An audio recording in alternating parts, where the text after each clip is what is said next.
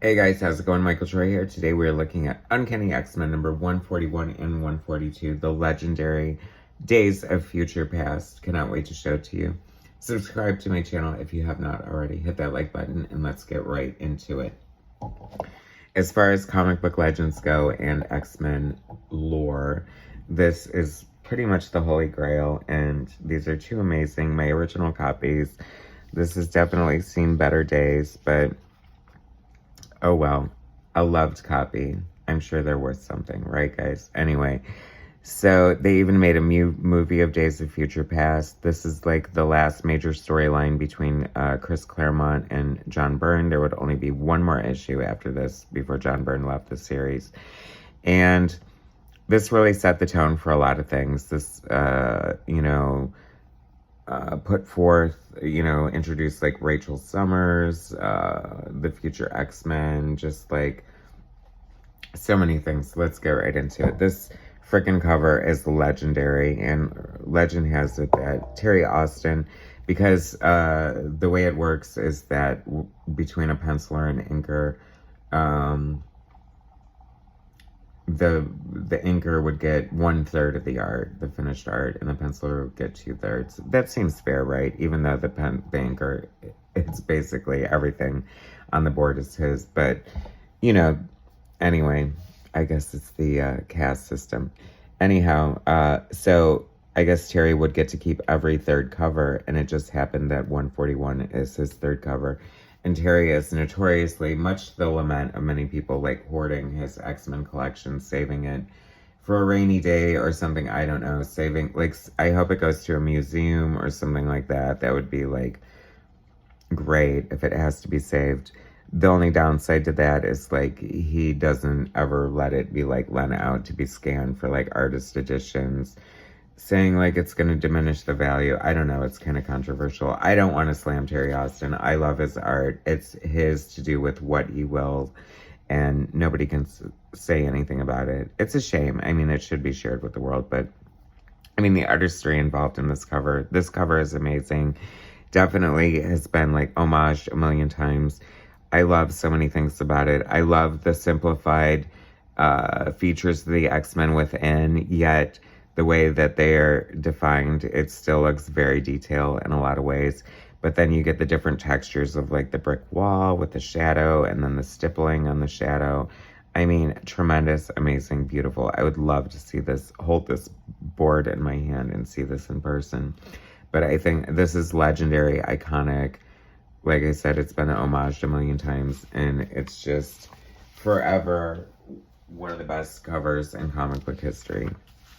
Days of Future Past, introducing Kate Pryde, the future Kitty version of Kitty, basically the crux of the story.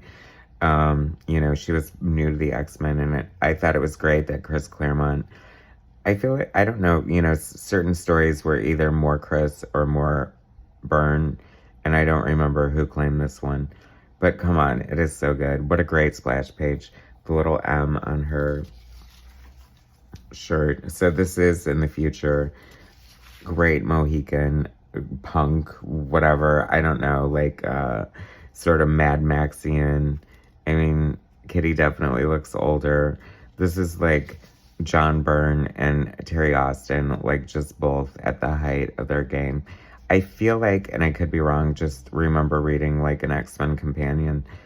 Terry Austin was known. I mean, we're already getting like such textures and details and all this stuff, but Terry Austin is just so heightened and elevated. Like, he is always giving till it hurts.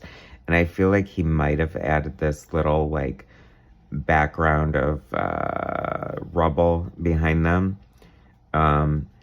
I know there is another panel in here where he added a full building. He was just, sometimes it pissed Byrne off, and I don't blame him. The one notorious time that he made an addition was like putting Popeye in the background somewhere, which of course the fans love, but I mean, it is kind of amazing. But I could see where that might annoy me, especially if I was like an egomaniacal artist. Love this splash page, so classic, so much going on. It's funny because when you see it all at once, like, it looks so amazing and dynamic, But sometimes if you dissect the Danger Room, it just comes across as a little silly. Like, really, a bunch of, like, missiles flying. I mean, I guess, whatever. It's, you know, I don't know. It's just one of those suspension of disbelief things. Don't get me wrong. I've always been a fan of the Danger Room. And we get Byrne'S Angel. I love Byrne'S Angel. I love Byrne's anything. I particularly love the way he drew Sprite. You know, I feel like if Byrne would have continued on the X-Men with Claremont, we would have seen New Mutants from them eventually. Kitty was, I think, the planted seed of that. This is such a great panel right here. And this is so great, too. Like, this whole entire scene. And this kind of, maybe I was remembering, but this kind of illustrates the silliness of the Danger Room. Like, they plan this elaborate, like, test for Kitty, and she walks through like a breeze, and all the X-Men are cracking up. But then, like, shows how cinematic it was and, like, how classic it was at the same time. Like, you know, like, oh, she totally make it. How did I do, Storm? You were splendid. But then she gets attacked from an outside force. So it just makes it amazing. And then, like, old Lady Kitty wakes up in young Lady Kitty's body, and, like, she used to be afraid of Nightcrawler, but she instantly hugs him, which throws him off. Her body language is different, like, her expressions, like, such a great, and look at that beautiful Storm. So beautiful, like, that could easily be, like, one of the top 10 images of Storm right there. There's just such a beauty and elegance that Byrne and Austin brought to not just Storm, but other, like, Mystique. Oh my God, love Byrne and Austin's Mystique. Loving older Storm and all the older X-Men. Like, distinguished. Always loved that panel. I'm sure I tried to draw that before.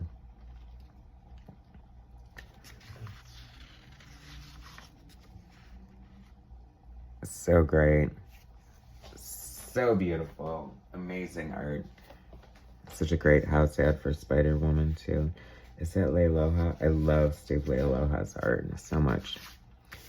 We're getting to that with New Mutants soon. I promise, folks. Anyway, the conclusion to Days of Future Past. This issue, everybody dies. The cover Byrne drew for this was rejected, and Austin drew this cover. I said it was pretty amazing, like, and he drew the cover for 144 as well. Like, at first glance, and a lot of people probably don't know, I mean, I'm sure many people assume this is Byrne here. That just goes to show how much Austin really added to the aesthetic of the book. So this is a classic splash page as well. I love this. This is such a great example of doing a double page spread without doing a full double page spread. The Brotherhood of Evil Mutants. I love that they call them. I always like to think that villains don't think of themselves as villains, but I love the old school who just, like, full on owned it and, like, put evil in their name. I mean, that is fantastic. Like, we're evil, we know it. What you gonna do about it? Such a beautiful panel. Like, just Mystique looks amazing there.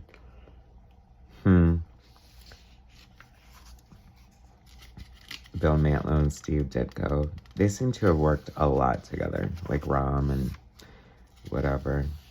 I'm telling you, I must have... Okay, so this is the panel I was referring to earlier.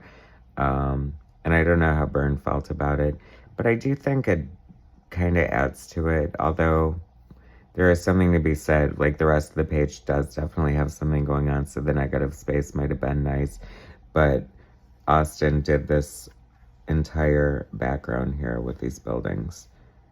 And I have to say, in this instance, I'd like to see it without. Digital artist, I dare you. Rub it out. So he drew that whole thing, is the point I was trying to make. Oh my God, classic Storm. There's so many beautiful shots of Storm throughout this storyline. I always love the zipatone on her cape. Just so gorgeous. So maybe Terry could be egregious sometimes. I don't know. Overstepping as an anchor. But I'd rather have somebody like Terry who, like, really amps up the artistic level and brings it to a next level. And like some artists, inkers, and I'm not going to disparage anyone just yet, but have been known to like full on leave out like characters in the background to save time and stuff. I mean, how horrifying is that? And then you have Terry Austin just doing like this beautiful like texture and effect, and almost every page offers like a different level.